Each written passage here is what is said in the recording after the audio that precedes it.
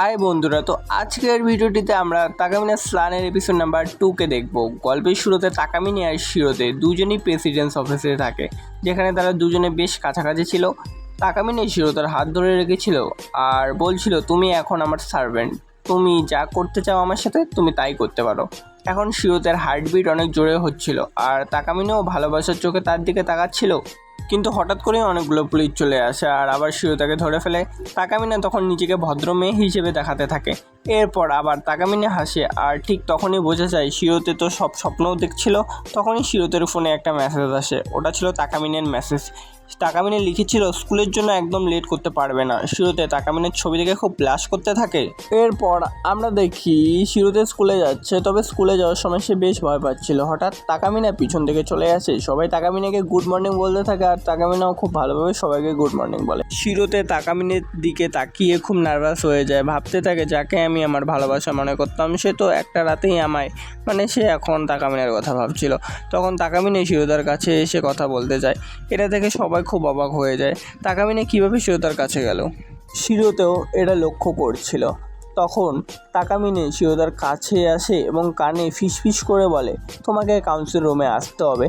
পরের দৃশ্যে শিরোতে কাউন্সিল রুমে যায় তাকামিনের কাছে। শিরোতে জিজ্ঞেস করে, আসলে কি কাজ আছে আপনার? তাকামিনে বলে, আসলে কোনো কাজ নেই, এখন আমরা দুজন পার্টনার, তাই আমাদের একে অপরকে জানা উচিত। শিরোতে চিৎকার করে বলে, আমরা কোনো পার্টনার না, তুমি জোর করে আমাকে ধরে রেখেছো, স্লেভ বানিয়ে রেখেছো। ঠিক তখনই তাকামিনী শিরোতাকে একটা ব্যাগ দেয়। শিরোতা ব্যাগটা খুলতেই দেখে ওর ভিতরে অনেকগুলো প্যান্টি আছে। তাকামিনা বলে, তুমি এখন আমার আলমারিতে কাজ করবে, এই সব প্যান্টিগুলো নিয়ে ঘুরে বেড়াবে, যখন দরকার হবে তখন আমায় এনে দিবে। এটা শুনে শিরোতে খুব অবাক হয়ে যায়। শিরোতে বলে, আমাকে কি এটা সবসময় সঙ্গে করে রাখতে হবে? তাকামিনা বলে, আর একটা কথা বলবো, যখন আমি আমার অ্যাবিলিটি ব্যবহার করব তখন সঙ্গে সঙ্গে তুমি আমাকে প্যান্টিটি পরিয়ে দিবে। শিরোতে বলে, এটা কি পাগলামি না? এটা তো অনেক বেশি হয়ে গেল না? তাকামিনা বলে, চিন্তা করো না, ক্লাসে দিনে 1-2বারই ব্যবহার করব, আর এমার্জেন্সি হলে তখন করতে হবে। এরপর তারা আরও অনেক কথা বলতে শুরু করে। তাকামিনা বলে, তুমি যদি কাজটি না করো তাহলে তোমার সাথে কী হবে? শিরোতা তখন নিজের অতীতের কথা ভাবে, যখন তাকে পুলিশ ধরে নিয়ে যাচ্ছিল। শিরোতা বলে, তুমি চিন্তা করো না, আমি ঠিকভাবে কাজ করব। তাকামিনা বলে, যদি তুমি ঠিকমতো কাজ করো তাহলে আমি তোমাকে রিওয়ার্ড দিব। এরপর তাকামিনী শিরোতাকে নিচে ফেলে তার উপরে বসে পড়ে। শিরোতে তখন ভয় পেয়ে চোখ বন্ধ করে বলে, প্লিজ এবার আর পুলিশ ডেকো না, আমার খুব ভয় লাগে, আমি তোমার সব কথা শুনবো। তখন তাকামিনে বলে, হ্যাঁ চিন্তা করো না, আসলে আমিও এইসব দেখাতে লজ্জা পাই, কিন্তু যদি তুমি থাকো তখন ততটা লজ্জা লাগে না। এটা শুনে শিরোতা খুবই অবাক হয়ে যায়। শিরোতে বলে, আমি তোমাকে কখনোই হতাশ করবো না। এরপর আরও শিরোতে বলে, আচ্ছা ঠিক আছে, এখন আমাকে ক্লাসে যেতে হবে। তাকামিনে বলে, স্কুল ছুটির পর ব্যাগটা আমায় ফেরত দিও, দেখো আবার বাসায় নিয়ে যেও না। শিরোতে বলে, হ্যাঁ আমি জানি। শিরোতে যাওয়ার পর তাকামিনা শিরোতেকে দেখে একটু মিষ্টি হাসি দেয়। এরপর ক্লাসরুমের দৃশ্য দেখানো হয়, যেখানে টিচার পড়াচ্ছিলেন, একটা কবিতা পড়াচ্ছিলেন আর কাউকে বুঝিয়ে বলার জন্য বলেছিলেন। শিরোতা মনে মনে ভাবছিল, এটা তো তাকামিনে সহজেই পারবে। তাকামিনে কবিতায় ব্যাখ্যা দিতে শুরু করে। সবাই বলে, তার গলার আওয়াজ কতটা সুন্দর। শিরোতা তাকিয়ে ভাবে, ও খুব সুন্দর, তার উপর খুবই ইন্টেলিজেন্ট, একদম পারফেক্ট, তাকে তো অ্যাবিলিটি ব্যবহার করারও কোনো দরকার নেই। তখনই হঠাৎ করে জোরে বাতাস বইতে শুরু করে। তাকামিনে দাঁড়িয়ে বলে, আমি জানতাম আমাকে আবার এই অ্যাবিলিটিটা ব্যবহার করতে হবে। শিরোতে বলে, কিন্তু তুমি তো একদম পারফেক্টভাবে কবিতা বলছিলে। তাকামিনে নিজের প্যান্টটি খুলতে শুরু করে এবং তাকামিনে আরও বলে, হ্যাঁ পারফেক্ট ছিল, কিন্তু আরও এটা ভালো করা যেত। এরপর আবার বাটারফ্লাই দেখানো হয়, ঘড়ির অ্যালার্মও দেখানো হয় আর সময় আবার পিছনে চলে যায়, যেখানে টিচার জিজ্ঞেস করছিল যে কে ব্যাখ্যা করবে এই কবিতাটি। তাকামিনে আবার কবিতা বলতে শুরু করে। এইবার সে এমনভাবে ব্যাখ্যা করে যেন ক্লাসের সবাই সেই কবিতার ভিতর ঢুকে পড়েছে। সবাই এতটাই অনুভব করে যে শিরোতাও বুঝতে পারে না যে কবিতাটি কখন শেষ হয়ে গিয়েছে। এরপর পুরো ক্লাস হাততালি দেয়। শিরোতা ভাবে, কি মেয়েরে ভাই, এতটা পারফেকশন কার মধ্যে থাকে? তাকামিনে মিষ্টি হেসে শিরোতার দিকে তাকায়। তাকামিনে ভাবে, দ্বিতীয়বারটা প্রথমবারের চেয়েও ভালো ছিল, পারফেক্ট ছিল কিন্তু বেস্ট ছিল না। এ কথা ভাবার পর শিরোতে অবাক হয়ে যায়। সে ভাবে সে এই ধরনের অ্যাবিলিটি বারবার ব্যবহার করবে। এরপর হঠাৎ তাকামিনে একটা কাগজ শিরোতের দিকে ছুঁড়ে মারে আর বলে, এবার কাজ শুরু করো। এটা শুনে তো শিরোতে একদম ঘাবড়ে যায়, কারণ সে তো পুরোটাই ভুলে গিয়েছিল। এখন সে ভাবে, পুরো ক্লাসে আমি কিভাবে ওকে প্যান্টটি পরাবো, কি করব কিছুই বুঝতে পারছে না। আর তাকামিনে বারবার তার দিকে ইশারা করে বলছিল, তাড়াতাড়ি করো। আর সত্যি বলতে তাকামিনেও অনেক রকম অদ্ভুত আচরণ করতে লাগে সেই সময়। এরপর তাকামিনে বলে, শিরোতে তুমি কি আমার জন্য ওই ইরেজারটা তুলে দিতে পারো? শিরোতে তখন দেখে তাকামিনের সামনে একটা ইরেজার পড়ে আছে। ও ভাবে তাকামিনা আসলেই খুব জিনিয়াস। এখন আমার হাতে কোনো অপশন নেই, যদি আবার জেলে যেতে না চাই তাহলে এটা আমাকে করতেই হবে। শিরোতার মাথায় তখন হাজারটা চিন্তা ঘুরছিল, কিন্তু শেষে সে সিদ্ধান্ত নেয় যে এই কাজটা আমাকে করতেই হবে।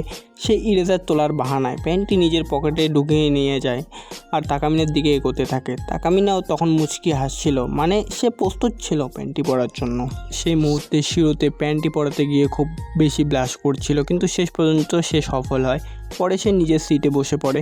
তার হার্টবিট খুব জোরে জোরে হচ্ছিল। সে ভাবছিল, আমি এটা শেষমেশ করে ফেলেছি, আমি সত্যি এটা করে ফেলেছি। সে খুব খুশি ছিল। এরপর টিচার সবার মাঝে উত্তরপত্র বিতরণ করতে যায়। টিচার বলেন, আমি একে একে নাম বলবো, তোমরা এসে তোমাদের উত্তরপত্র নিয়ে যাবে। শিরোতা ভাবে আবার একটা খারাপ দিন শুরু হলো। সে তাকামিনের দিকে তাকায় আর তখন বুঝতে পারে সে প্যান্টিটা ঠিকমতো পরেনি। তার মাথায় তখন অনেক কিছু ঘুরছিল। সে খুব ভয় পেতে শুরু করে।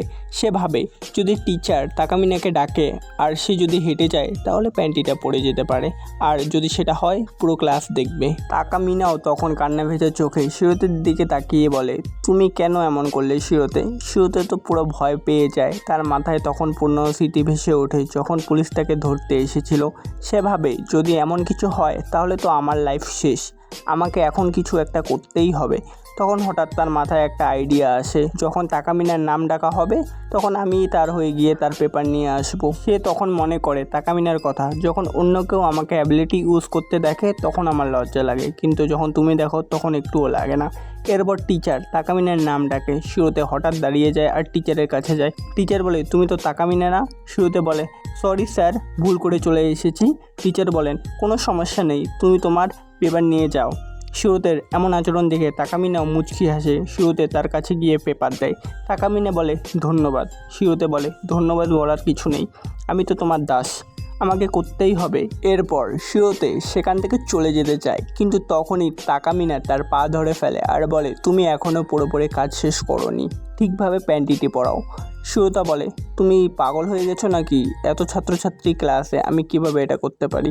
তাকামিনা বলে, আসলে তোমার তো কোনো বিকল্প নেই। শিরোতে বাধ্য হয়ে সেটা করে, আর তাকামিনার মুখ তখন বেশ অদ্ভুত হয়ে গিয়েছিল। শিরোতা বলে, তোমার তো কিছু হয়নি তো? কোনো সমস্যা তো হয়নি না? তাকামিনা তখন শুধু ব্লাশ করছিল, কিছুই বলছিল না। এরপর কাউন্সিল রুমের দৃশ্য দেখানো হয়, যেখানে শিরোতা বলে, দয়া করে আমাকে দিয়ে এসব কাজ করিও না প্লিজ। তাকামিনা বলে, আমি আসলে তোমাকে টেস্ট করছিলাম, দেখছিলাম তুমি এমন অবস্থায় কি করো। তারপর তাকামিনা ক্ষমা চায়। তাকামিনা বলে, আমার তোমার উপর পুরো বিশ্বাস আছে, তুমি কখনো খারাপ কিছু করবে না। তাকামিনা জিজ্ঞেস করে, তুমি আমাকে সেভ করার চেষ্টা করলে কেন? তুমি তখন আমাকে বাঁচানোর চেষ্টা করলে আর প্যান্টিটাও একদম ঠিকঠাক পরিয়ে দিলে কেন? শিরোতা তখন চুপচাপ করে থাকে।